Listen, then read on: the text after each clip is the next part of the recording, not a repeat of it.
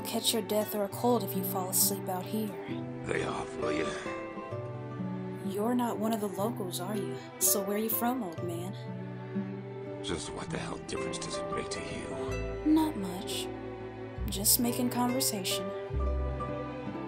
From Curios. Ah. You mean you know it? No, but from what I understand, the place was wiped out by Drakia's troops ages ago. They torched the town looking for wolves. That's a lie! Don't you give me that crap! Sorry, but it's true. I heard it from some soldiers. They were hunting a pack of wolves that just happened to pick Curios as a hideout, so they burned it. I don't believe that for a second. No. I saw them with my own 2 eyes.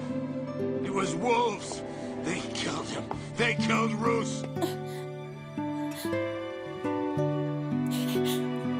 The wolves didn't kill him!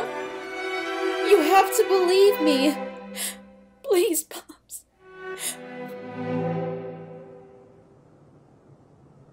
Oh my God, Blue!